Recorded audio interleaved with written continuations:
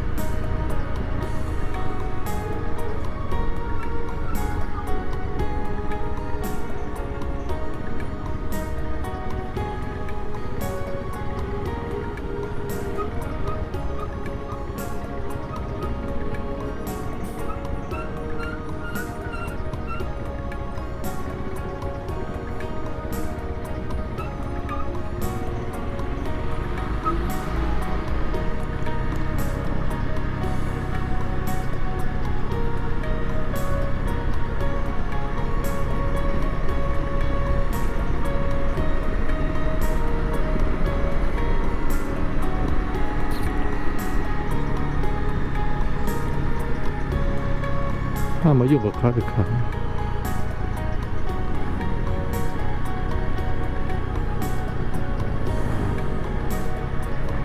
หัวทิ่มเลยครับพี่น้อง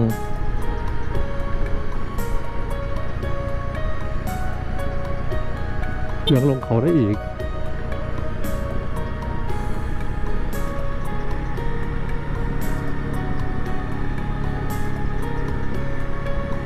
ยังลงได้อีกโอ้โหตรงเลยนะมันทำไปเล่นไป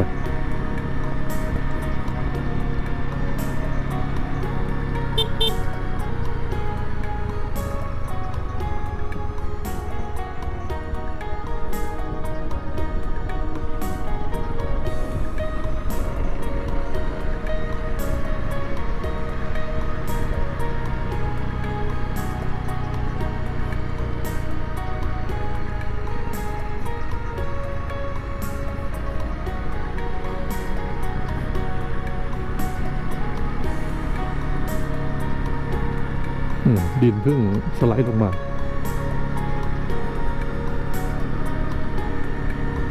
โอ้โหไม่ธรรมดาเลยครับซ้ำเหนือหมู่บ้านตรงเขาคอด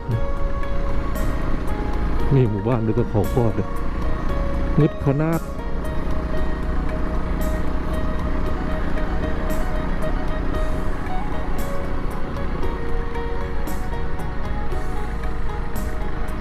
สุดยอดครับพี่น้องไม่ธรรมดาเลยครับ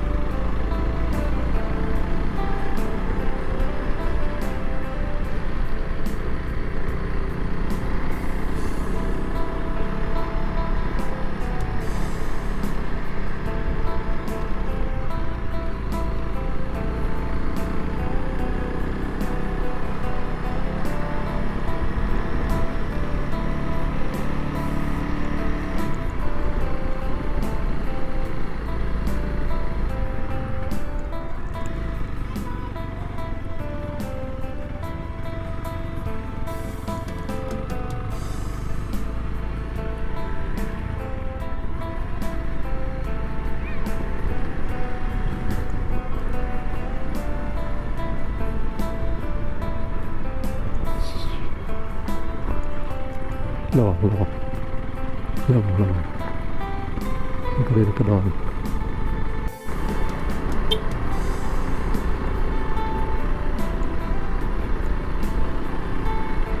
โอ้โหเหนียวดำ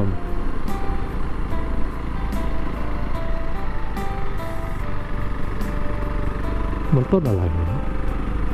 อยากรู้ว่าผักติ้วป่ะต้นอะไรเนี่ย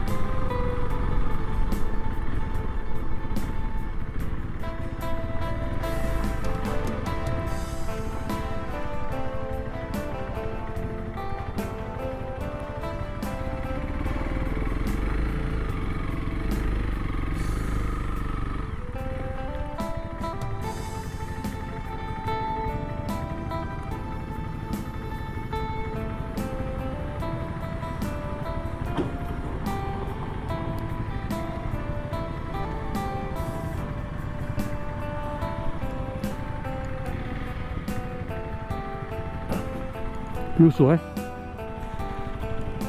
ปวดฉี่ที่สำคัญปวดฉี่เมื่อกี้นะครับถนนที่ขึ้นมาเมื่อกี้แล้วก็วนขวาไปหน่อยรถใหญ่วิ่งตลอดนะโอ้โหภูเขาไม่รู้กี่ลูกนะครับทางโน้นทางนี้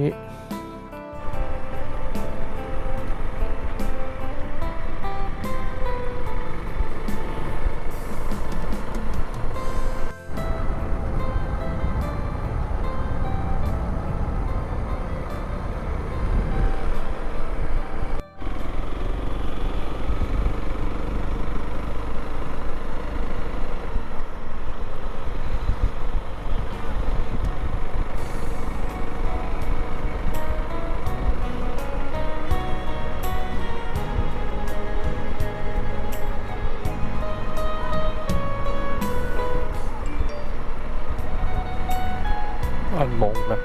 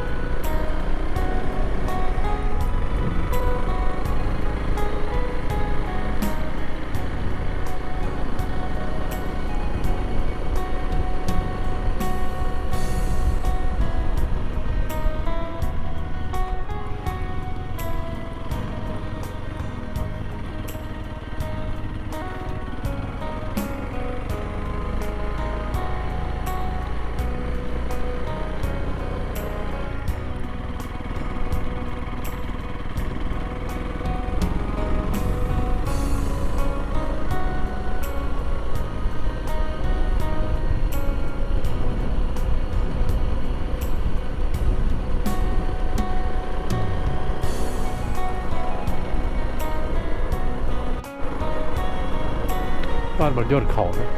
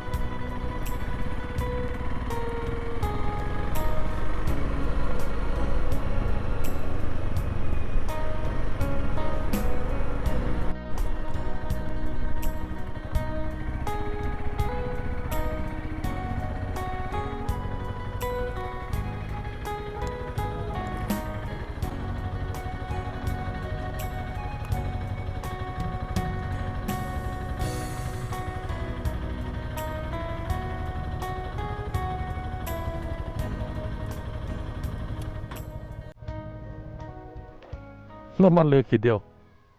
ชมแล้วอย่าลืมกดไลค์หรือกดยกนิ้วโป้งกดแชร์เพื่อเป็นปันให้เพื่อนๆของท่านนะครับ และกด Subscribe หรือติดตาม พร้อมกับกดสั่นกระดิ่ง เพื่อแจ้งให้ท่านทราบเมื่อวินดี้มีคลิปใหม่ ขอบคุณมากครับ